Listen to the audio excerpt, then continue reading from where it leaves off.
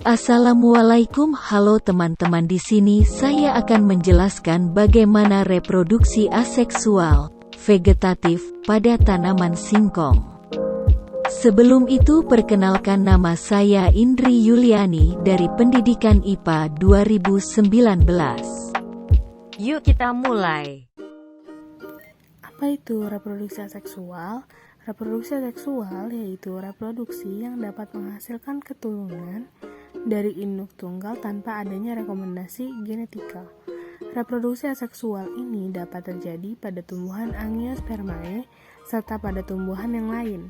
Reproduksi aseksual juga termasuk mode reproduksi utama bagi beberapa spesies tumbuhan. Umumnya, reproduksi aseksual pada tumbuhan merupakan perluasan kapasitas untuk pertumbuhan terbatas. Yang dimaksud dengan pertumbuhan terbatas yaitu tanaman yang pertumbuhan vegetatifnya segera terhenti setelah munculnya bunga.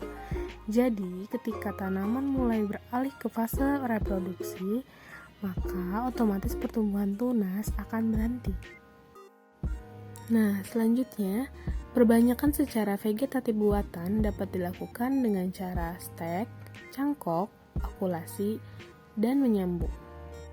Pada kali ini dilakukan cara stek. Stek merupakan cara perbanyakan tanaman secara vegetatif buatan dengan menggunakan sebagian batang, akar, atau daun tanaman untuk ditumbuhkan menjadi tanaman baru. Tujuannya menggabungkan dua sifat baik pada tumbuhan sehingga didapatkan tanaman baru yang mempunyai sifat lebih baik dari tanaman induk. Selanjutnya ada macam stek. Yang pertama ada stek batang, stek daun, dan stek akar. Pada kali ini kita akan menggunakan stek batang. Berdasarkan jenis batang yang digunakan, teknik melakukan stek batang dapat dibedakan menjadi 3 jenis. Antara lain stek lunak, stek setengah lunak, dan stek keras. Nah, untuk stek lunak itu teknik stek batang dengan menggunakan ranting atau bagian cabang tanaman yang masih muda.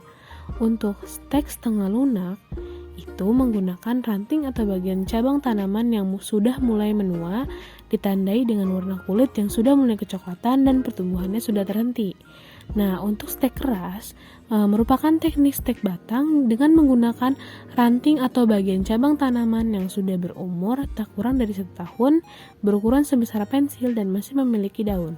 Stek batang, metode stek batang yang dilakukan dengan menggunakan potongan batang yang memiliki ruas-ruas atau mata. Akan tetapi, pada stek batang, kita harus memotong batang yang sudah tua, bukan melukai batangnya. Alasan mengapa menggunakan cara stek? Alasan saya memilih cara stek yaitu karena stek adalah cara reproduksi vegetatif buatan yang mudah dilakukan dan waktu pertumbuhannya tidak lama, serta stek juga memudahkan dalam perbanyakan tanaman. Selanjutnya ada alat dan bahan yang digunakan. Ada golok, handphone, tanah dan pupuk, pot, dan tumbuhan singkong. Nah, cara melakukan metode stek batang pada tanaman singkong, siapkan alat dan bahannya. Lalu ada siapkan tanaman singkong, lalu potong menggunakan teknik miring agar mudah ditancapkan ke tanah. Lalu setelah itu siapkan pot yang besar berisi tanah gembur dan pupuk kandang, lalu tancapkan batang singkong yang telah dipotong dengan posisi tegak. Selanjutnya ada hasil. Nah, tanaman singkong ini mulai ditanam pada tanggal 16 Mei 2021. Selanjutnya ada hasil dari tanggal 20 Mei yang sudah tumbuh tunas. Selanjutnya ada hasil tanggal 22 Mei 2021, tunas mulai bertumbuh. Selanjutnya ada hasil tanggal 23 Mei 2021, tunas mulai tumbuh di setiap batang yang ditancapkan. Selanjutnya hasil tanggal 30 Mei 2021, tanaman singkong sudah mulai tumbuh daun yang sangat lebat. Dan pada tanggal 3 Juni 2021, daun terus bertumbuh dan makin banyak. Selanjutnya ada pembahasan. Berdasarkan hasil yang telah ditampilkan, terlihat bahwa tanaman singkong setelah tanam 5-7 hari itu munculnya akar halus tumbuh dari tunas di bawah permukaan tanah Dan 10-12 hari setelah tanam, maka tumbuh tunas baru dan daun muda. Lalu 15 hari setelah tanam, semua mata pada stek telah bertunas. Nah, tanaman singkong ini ditanam dengan metode stek batang yang batangnya dipotong miring dan membutuhkan tanah yang gembur serta pupuk. Nah, pupuk yang dipakai adalah pupuk kandang.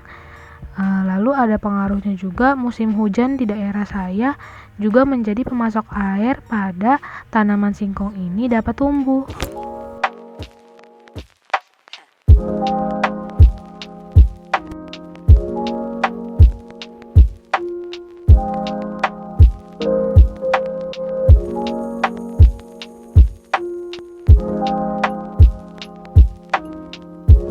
Terima kasih.